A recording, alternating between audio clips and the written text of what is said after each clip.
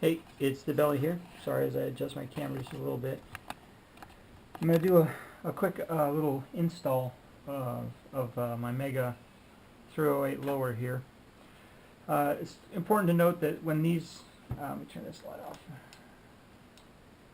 When these come from the factory, this is a megalithic key mod system. When they come from the factory, the magazine, the bolt catch is released, or the bolt catch and release is already installed, and it's installed using a screw and a captive, as it were. It's also got an ambi, so that the other side is also installed. The other things that are installed are the front and rear takedown pins. So those are already installed. What I've installed is the magazine catch, and that's pretty simple. You just throw it in there and screw it around. You push it down, screw it around until, and you always test it with a magazine. You test it to make sure it fits. Now, let me see. Let me get one here. So you get one and you fit it in there, and it's a little loose and rattly in there, but that's okay. But the important part is that when you hit that button, it generally falls free. And this one's been squished a little bit. So let's take an empty magazine and see if it does it. Prove the point. Put that one away. And grab an empty magazine. So here we have an empty magazine. You can see it goes in there. You hit the button and it'll fall straight out. Helping it, of course, is the magazine release, or excuse me, the freaking bolt catch release. So that'll pretty easily fall out by itself. The other part that I installed is the trigger. This is a Geissele 2-stage. And rather than get too excited about teaching you how to install that, and there's a lot of stuff that goes on with that, I'll just say, if you don't know how to do it, have somebody who really does know how. The springs in here are under tension. You could send something flying. So with that in mind, I'm going to put on some eye protection. We are going to be dealing with springs under tension, and as such, we want to make sure we can see later. So the first thing what I'm going to do is I'm going to let you know that I'm going to be using an ambi safety. So there's a hole on this side, a hole on that side, and it fits kind of like how a safety would. With the hammer up, or the hammer depressed, by the way, on an empty gun like this, never pull the hammer and just let it fall. That can seriously damage some components. But what you'll notice is that it doesn't fit through here. So what you need to do is cock the hammer back. Now again, with no safety in there, if you pull the trigger, it'll pull forward, and that's bad. So, but without a safety or without the trigger involved, you can see that it slides right in there. Now, a lot of people will immediately want to connect and screw it on and already make it. I wait on that. That's one thing you can do, but what I'm trying to do here is something very important. So what I do is I go to this side, and I'm holding it in, is I've got the detent spring, and I seat that, and then I use the detent, and I use the spring to seat it in place. And now you'll see that it doesn't want to fall out. That's okay. It's actually preferred. But to not exacerbate the problem, let's put it this way. Now, there's a neat little thing, there's a hole in the grip, and that holds that spring in there like that. So when we flip this guy over, remembering that detent is in there, two things. Number one, that detent is in there, and number two, that spring is under tension. We want to put that in there and then start seating it in there. One thing to keep in mind is that this screw that goes in here and pulls the grip up to seats the grip and closes that spring. It needs to have a little bit of like Loctite on it. This is the one from Magpul, and it comes with some already on it. It's normally shinier than that, but I've already test fit this unit. So now that that's all in there, you can watch me make a fool out of myself trying to make this thing stick and catch in front of the camera.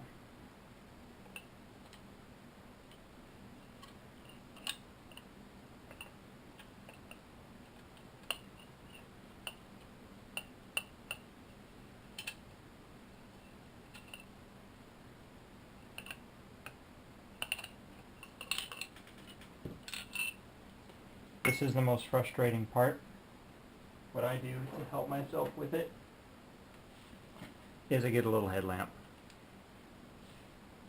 Get a little headlamp. Turn on pretty bright.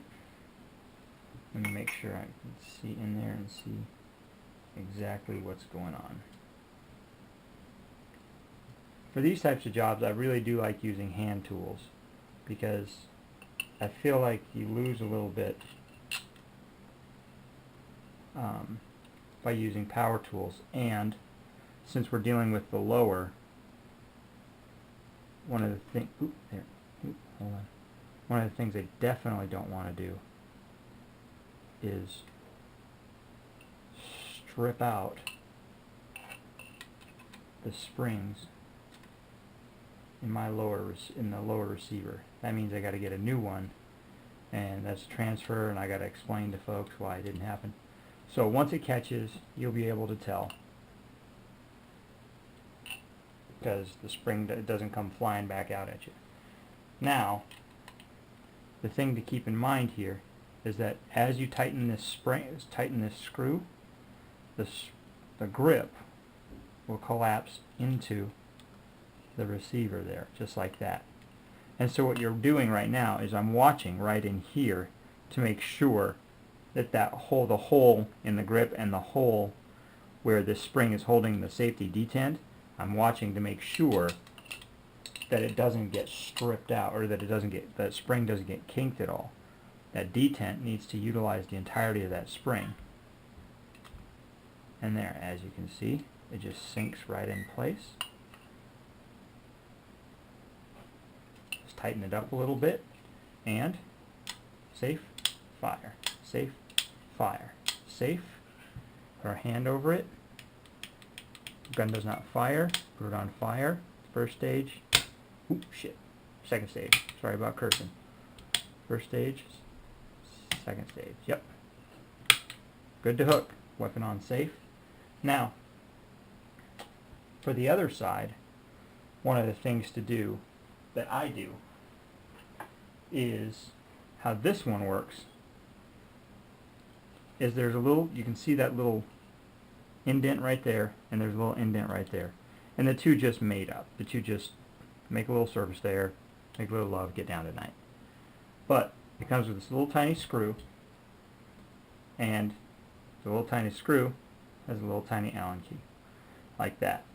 So what I do in this situation is I get my handy dandy shop towel and some blue Loctite. This is the service removable kind. So in case I ever want to change safeties, I can. I just put a little dab on this little rag here, and then with that seated, I'll just kind of put a little bit on the screw there.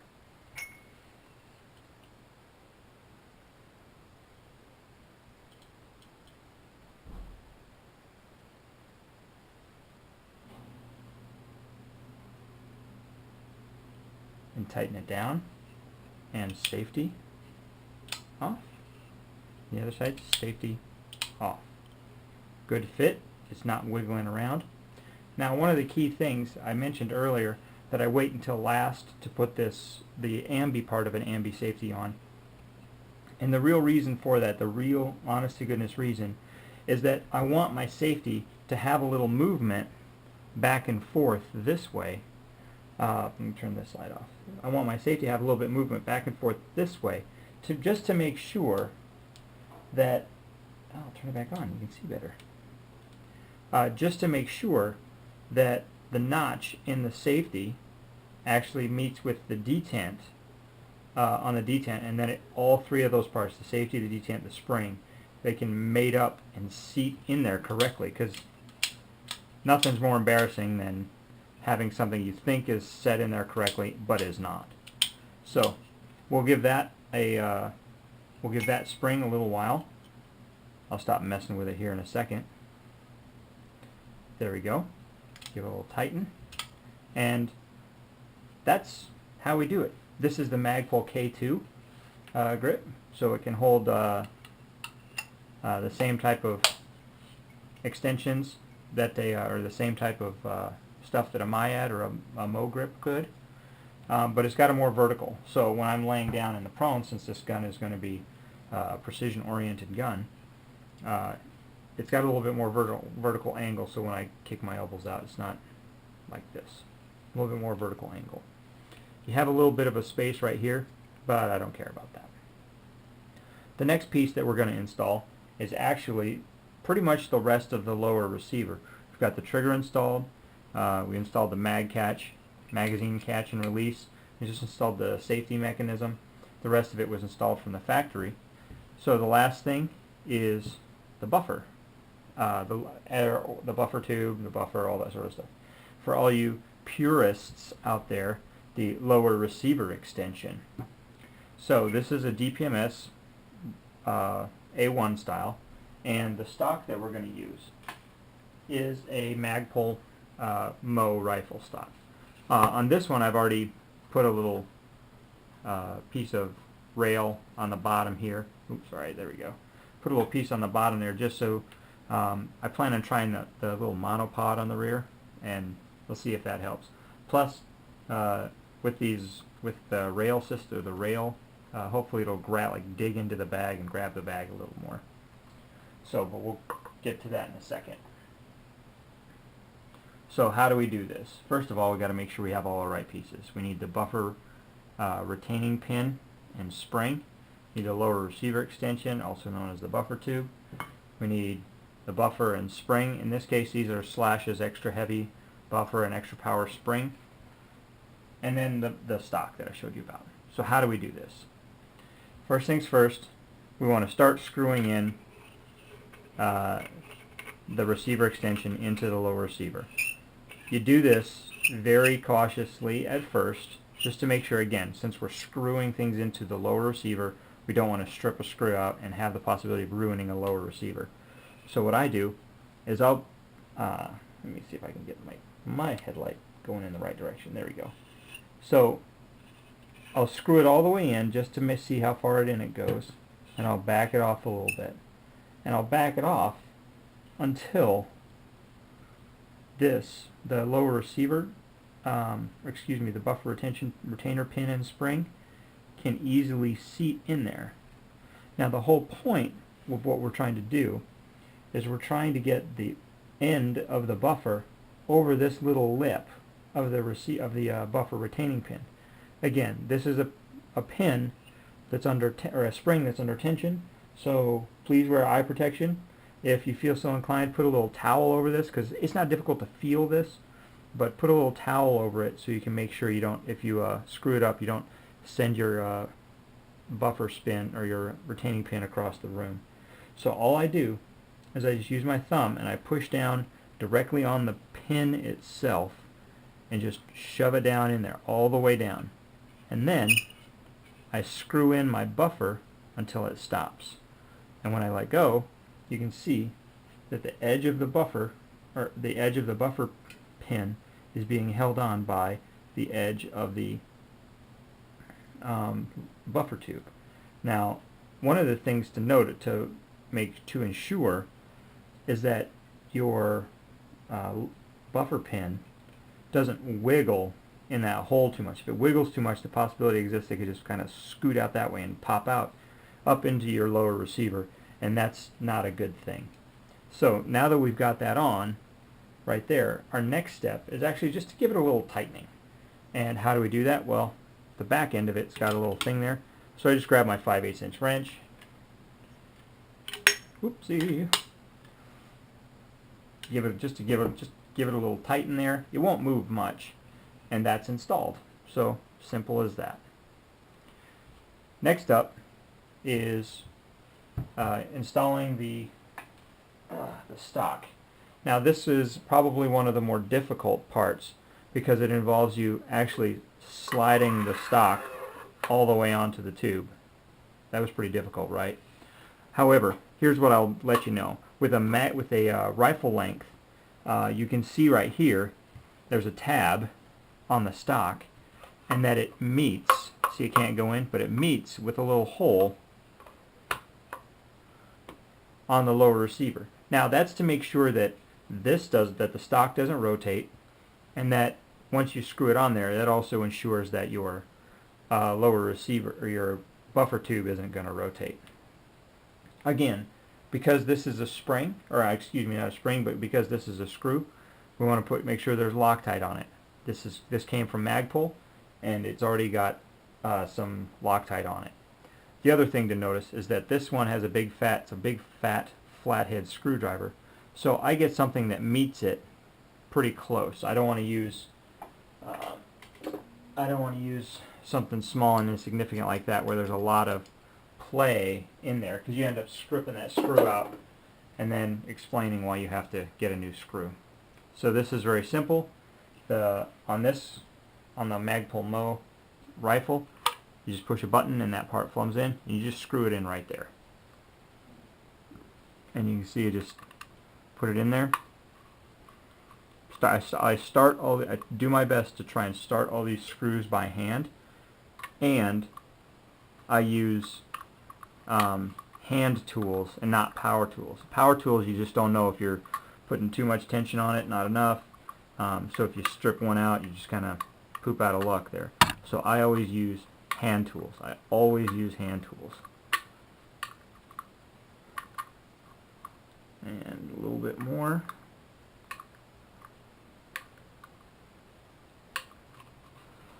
And there we go. So from here, I just close it up like that. And then the last part, that's the easiest part, is you just take your buffer and spring, insert it in there, and you just give it a good schwack and give it a good push, and it'll all seat itself in there. Just like that. And that is how I assembled the lower receiver. No animals were harmed in the assembly of this lower receiver, but the first time I test fitted all these, I did kind of stub my finger. It hurt a little bit, so yeah, I'll go cry about it later. Anyways, if you have any comments, please leave them in the comment section. Also, please like, subscribe. I really appreciate it. Thanks.